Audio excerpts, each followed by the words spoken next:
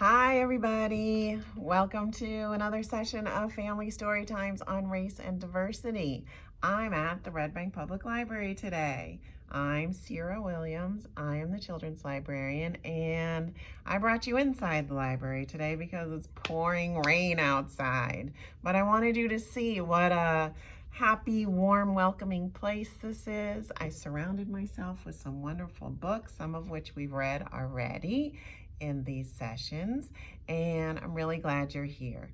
So this program is a story time. That means I'm gonna read you a book. I love to read stories, so that's good for both of us. And it's a story though that's meant to inspire some conversations in your home and have you talking about race and diversity and equality and social justice and history. Whatever you glean from this story, I want you to talk about in your home with your kids at a level that's right for you. So I have a really good book to share with you today. I'm excited about it. I think you're gonna like it. It's a little long, so I'm gonna jump right into it. You have to have a good attention span, but you're gonna be inspired by it and you're gonna learn from it, whether you're 5, 10, 20, 50, whatever, or any age in between, because this is a great story. So we're gonna draw some lessons from it, but we'll talk about those after. What I just wanna tell you before I start is, don't judge a book by its cover. Have you heard that expression before? Don't judge a book by its cover. It means don't look at this book and say, I don't know if I want to read that. That doesn't look good to me. Guess what? You can't tell by looking at this what's on the inside and whether it's a good story. I'm telling you, it's a great story. So we're going to read it. And we'll talk about that expression after I read it because it applies not only to books, but to lots of other things. So let me wiggle around a little bit to make sure you can see the pages of this book. It's called The Oldest Student, How Mary Walker Learned to Read by Rita Lorraine Hubbard and illustrated by Oge Mora. And she is an award-winning illustrator. So make sure you study these pictures as I read. So it says, whenever Mary Walker was tired, she would shield her eyes from the sun and watch the swallow-tailed kites dip and soar above the trees. The swallow-tailed kites are these birds up in the sky. That must be what it's like to be free, she thought. But Mary didn't watch for long. Even at 8 years old, she knew the first rule of the Union Springs, Alabama plantation she lived on.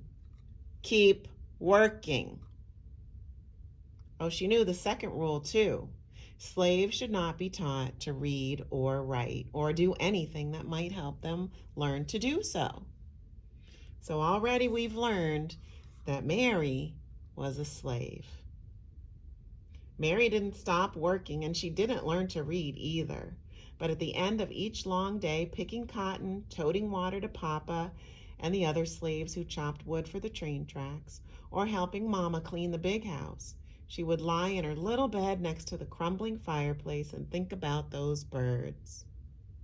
When I'm free, I'll go where I want and rest when I want, and I'll learn to read too. Well, when it was 15, it happened. Mary and her mother, brothers, and sisters were free. The Emancipation Proclamation said so. Did you guys learn about Juneteenth this year? A lot of people were talking about it. That's a celebration of the Emancipation Proclamation and the freedom of the slaves, with a little other history thrown in there. But that's what happened when she was a teenager. What the Emancipation Proclamation didn't say was how a family with nothing except tattered garments on their backs could find food, clothes, and a place to sleep. Mary's father had died, and the family was on its own. Freedom Road to Freedom Road. Across fields and through woods, ex-slaves surged like waves crashing hard to the shore. So I want to tell you something here, because at this time, there was 4 million slaves in the United States. They made up nearly a third of the South's population, so that's really a lot of people, and that's why it said it seemed like waves crashing to the shores as they left and walked along the roads now that they had their freedom. Now that they were free, every road was a freedom road. Many headed north and west and every which way, searching for long-lost family members or simply experiencing the wonder of being free. Others, like Mary, chose to stay in the South. An organization called the Freedmen Bureau helped those who stayed to find shelter on abandoned Confederate land. Mary and her family settled in a one-room cabin for the next few years, and she worked alongside her mama to help feed her siblings. 7 days a week, she churned butter, cleaned houses, and cared for other folks' children. The hours were long, and if Mary was thirsty or hungry or needed to use the outhouse, that's the bathroom, she had to wait until she got home. At week's end, she would offer Mama the one lonely quarter she had earned. One day, Mary met a group of evangelists on the road. A woman with soft wrinkles in her kindly face placed a big, beautiful Bible in Mary's hands and told her, "Your civil rights are in these pages." Well, Mary didn't know what civil rights were. She only knew that top to bottom, front to back, that book was filled with words. "I'm going to learn to read those words," she vowed. But not today. Today there was work to be done. And tomorrow too. When Mary got married, she and her husband worked as sharecroppers, renting someone else's house, using someone else's tools, and planting someone else's seeds to farm land they would never own. After they harvested the crops, almost all the money they earned went to pay for the housing, tool, and seed costs. Mary was 20 years old when her first son was born. She opened her Bible and marveled at the squiggles inside. There had been no time to learn to read. A friend wrote Mary's son's birth date in the Bible, August 26, 1869. Then Mary dipped a pen into an inkwell and made her mark beside it. Oh, not a letter, not a name, just a mark. It was the best she could do.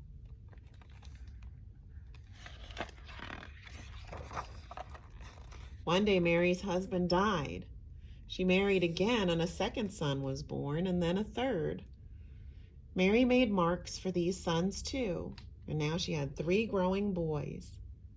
More money, that's what we need, Mary thought. But the only other jobs available to Black women were as maids or nannies or cooks. The hours were long, with only half a day off on Saturdays, and like sharecropping, they didn't pay much. Mary sighed. Words would have to wait. For the next 4 decades, Mary sharecropped and did odd jobs to help support her family. Do you know what a decade is? A decade is 10 years. So 4 decades would be 10, 20, 30, 40. 40 years she worked to support her family. And in 1917, Mary's family moved to the little city of Chattanooga, Tennessee. It was the year of Chattanooga's Great Flood. The story was in all the newspapers, but Mary could only study the pictures to understand what had happened. By now, Mary was 68 and too old to sharecrop, but she continued to work, cooking and cleaning and babysitting. She also fried fish, baked cakes, and sold sandwiches to raise money for her church. On Sundays, she would sit in the congregation, and as the preacher spoke, she would clutch her family Bible, the Bible she still couldn't read. So when you look at this picture, can you tell which person is Miss Mary?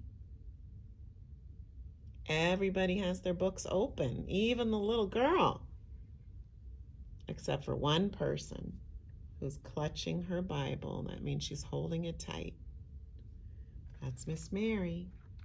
She still can't read. When Mary was well past 90, she and her husband sat in their creaky rockers while one or another of their sons read to them. After the two younger boys died, the eldest read, and then Mary's husband died, and several years later, her eldest son died too. He was 94. Mary had outlived her entire family. She was 114 years old and alone. Can't read, she said, can't write. I don't know anything. Mary stood at the window of her retirement home and gazed down at the world below. Words were everywhere, on billboards, on buildings, on store windows and trucks. She sighed. All this time, she thought, and they still look like squiggles. She doesn't understand what the letters mean when she looks at them. They just look like scribble scrabbles. Mary had heard about a new reading class held in her building. She pursed her lips. No more waiting, she decided. Time to learn. Out of her apartment, into an elevator, and down to the lobby she went.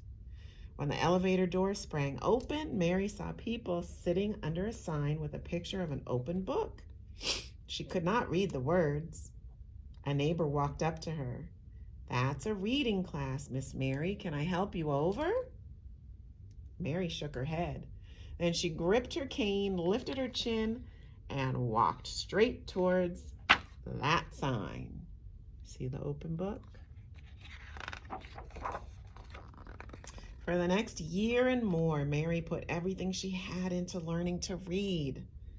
It wasn't easy, after all. She was the oldest student in the class, and probably in the entire country. Could someone her age learn to read? She didn't know, but by God, she was going to try. She studied the alphabet until her eyes watered. She memorized the sounds each letter made and practiced writing her name so many times that her fingers cramped. She learned to recognize sight words and then challenged herself to make short sentences with them. She studied and studied until books and pages and letters and words swirled in her head while she slept.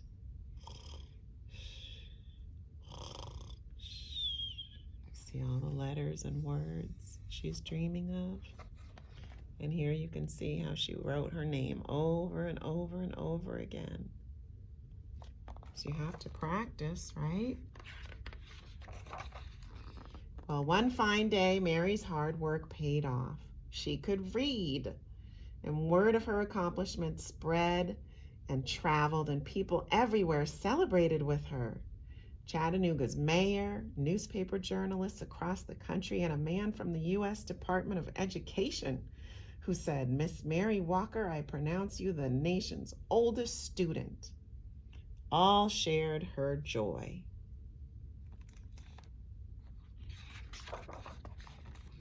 Mary felt complete.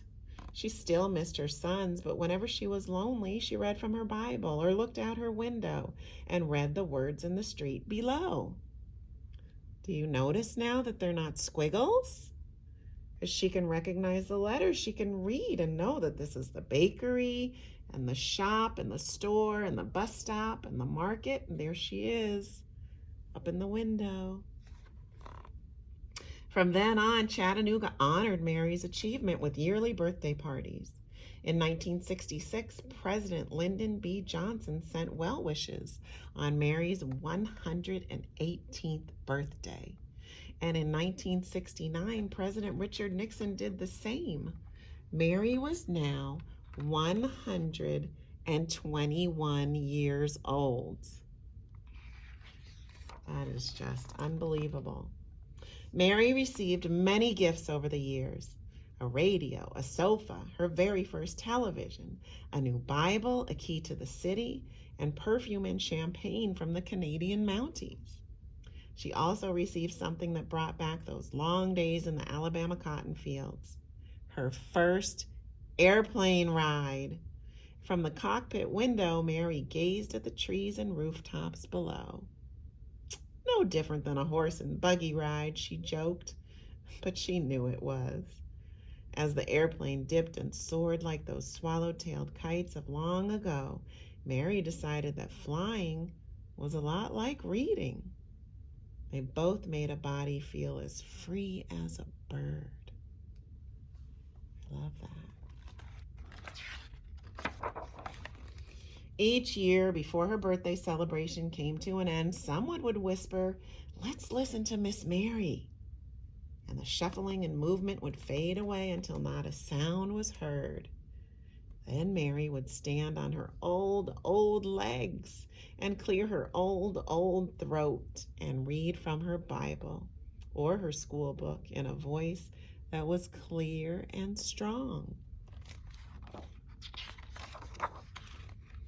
And when she finished, she would gently close her book and say, "You're never too old to learn." That's the end. Isn't that an amazing story? I'm going to show you some of the pictures. This is a true story, everybody. Here are some pictures of real Miss Mary. There she is with her Bible and on her first airplane ride and celebrating her 99th birthday.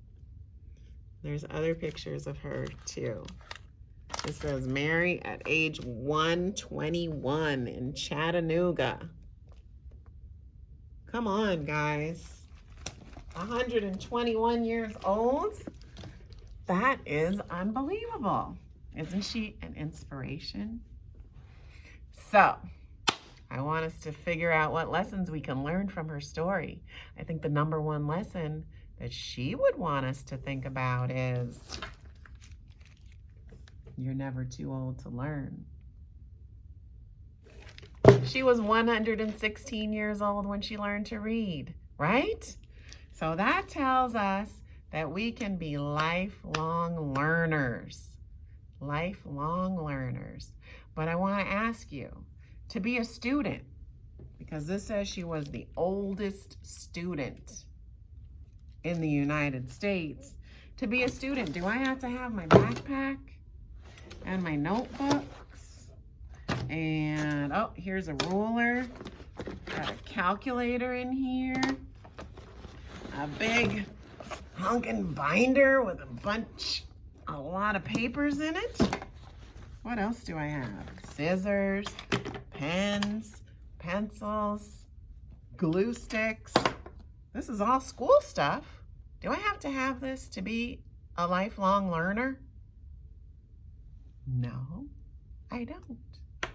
Because the definition of a student is someone who is devoted to learning.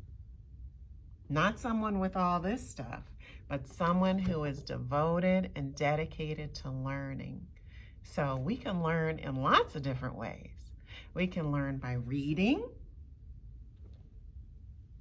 Come to the library if you want some good books. You can learn by reading, but you can also learn by listening. You can have great conversations with people you know and people you don't know and learn a lot of new things. You can learn by doing, putting your hands on things and creating and manipulating. A lot of people learn really well that way. And you can also learn by seeing and watching other people doing something, or watching a program, or watching things happen out and about, and you can learn. So when you learn, you expand your mind, and you can do that whether you're 5, 10, 20, 30, 50, 90, or 121, right? We want to be lifelong learners. I want to tell you something. You can also learn from your mistakes. It's okay to make mistakes. And when you do, a lot of times you learn lessons about what you should have done in the first place. And you definitely, if it was a bad mistake, you learn that you never want to do that again. and you figure out how to do it better the next time, right? So there are so many ways to learn, and we want to keep learning. That's one lesson. The other lesson I think we should take from this is I really believe that Miss Mary was very strong in her mind and her body and her spirit. Remember we talked about that when we read this story, Solway? That you need to be strong in your mind and your body and your spirit in order to be the best that you can be and overcome obstacles and take advantage of opportunities and learn and grow. And so I really believe she was strong in mind, body, and spirit because she had a hard life. Don't you think? Growing up as a slave and a sharecropper and doing all that hard physical work, that's not an easy life. But when you're strong in your mind and your body and your spirit, it doesn't mean that you're not going to have hard times, because everybody has hard times. It means that you're going to be strong enough to handle those hard times and to rise above them and to be the best that you can be. And she did that for sure. I think that she was strong because actually I think she maybe felt bad about herself sometimes. We saw that in the story, that she didn't like that she couldn't read, that everything looked like scribbles. But she didn't give up on that dream.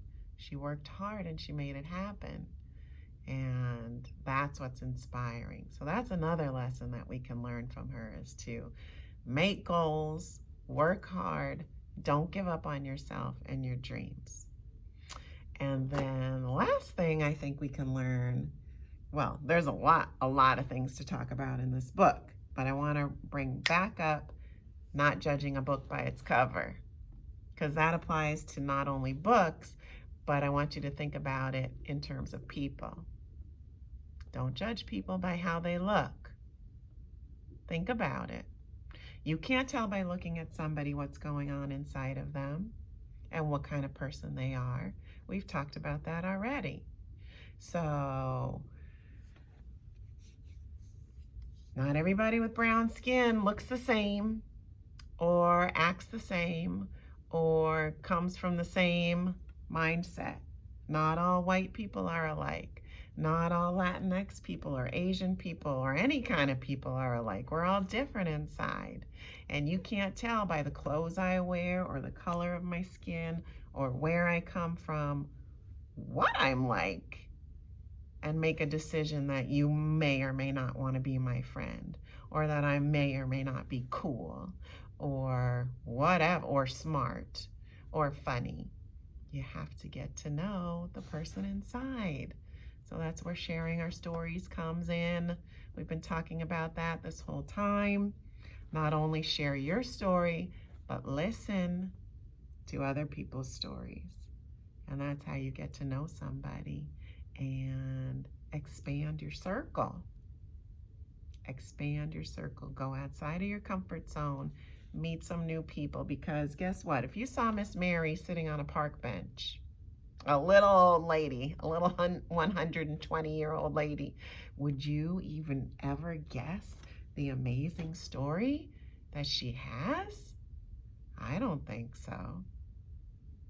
So you have to get to know people to know what they're all about.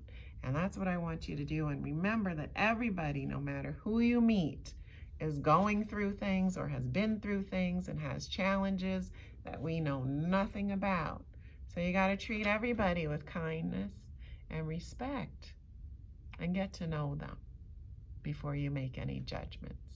And I'm going to throw out one more thing that I would like, that I try to do, and that I will encourage you to try to do too. And that is to live by the golden rule.